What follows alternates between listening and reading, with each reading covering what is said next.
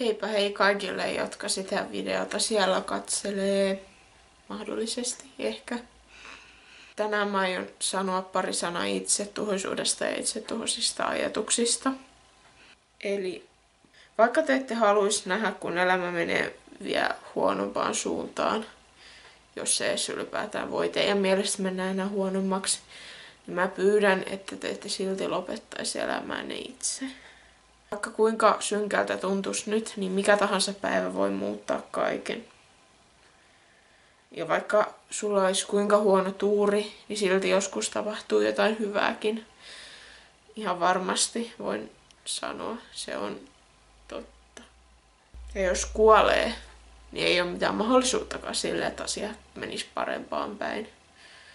Ja se, että jos sulle sattuu joku nolon vastoinkäyminen, parisuhde päättyy, se, että sä oot mielestäsi vaikka ruma tai lihava tai et kelpaa kenellekään, niin ei ne ole syitä sille.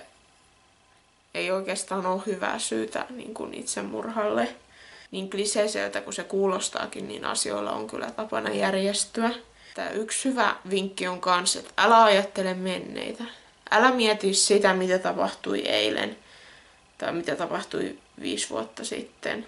Niille ei voi enää mitään. Keskity siihen tulevaan.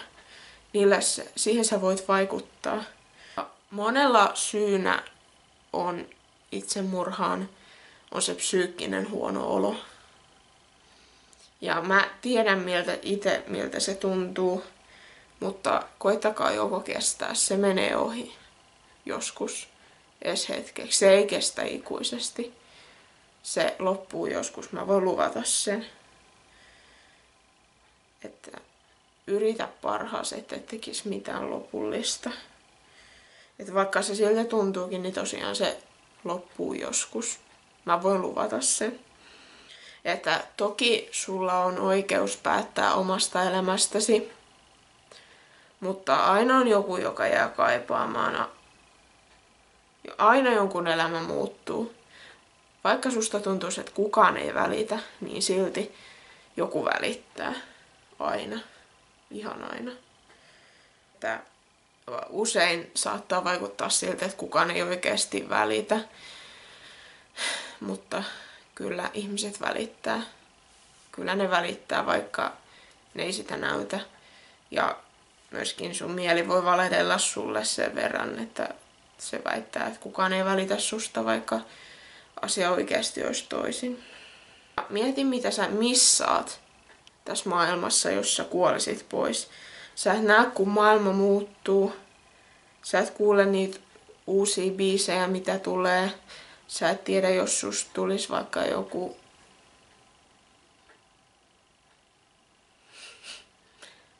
minä tiedän.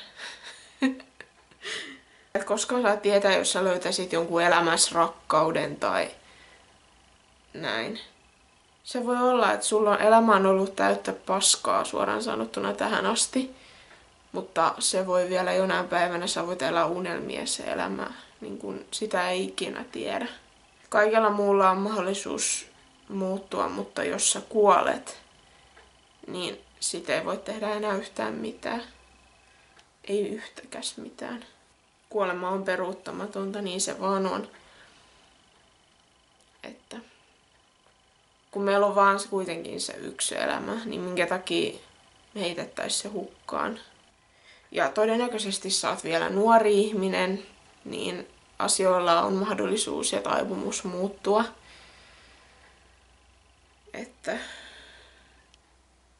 sun elämä on todennäköisesti vielä aika aluillaan. Että mitä tahansa voi vielä tapahtua. Ja elämässä on aina jotain kivaa ja hyvää. Keskity niihin asioihin.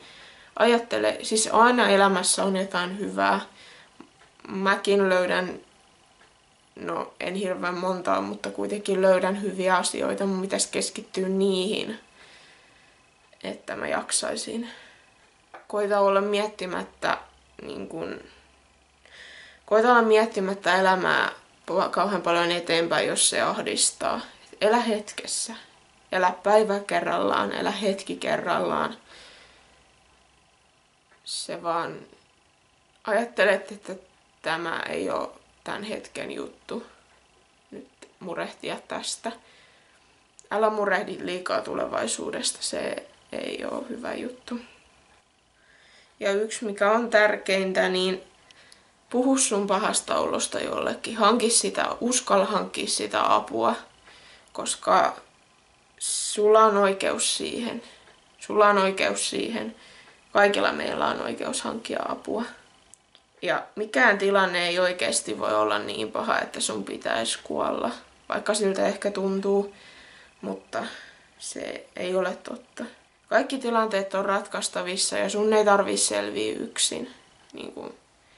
Ei todellakaan tarvitse selvitä yksin. Että sä saat varmasti jonkun, joka auttaa sua. Ja mä tiedän itse, miltä se tuntuu, kun haluaa kuolla enemmän kuin mitään muuta. Mä tiedän itse, miltä se tuntuu, kun kukaan ei ymmärrä tai ei osaa auttaa. Mutta silti mä olen tässä vielä.